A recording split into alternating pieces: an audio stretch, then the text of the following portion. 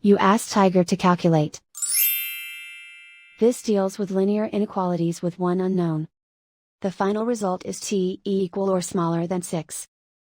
Let's solve it step by step.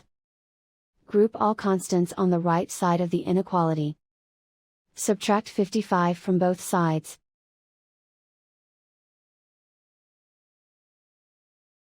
Simplify the arithmetic.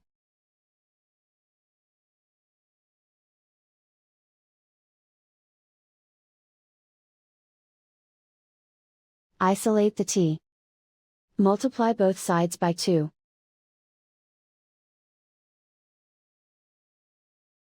Group like terms.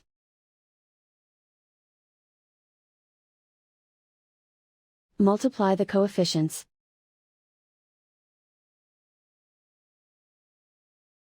Simplify the fraction.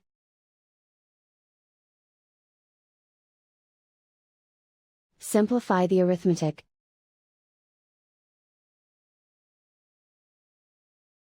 Plot the solution on a coordinate grid. And so the final result is t equal or smaller than 6.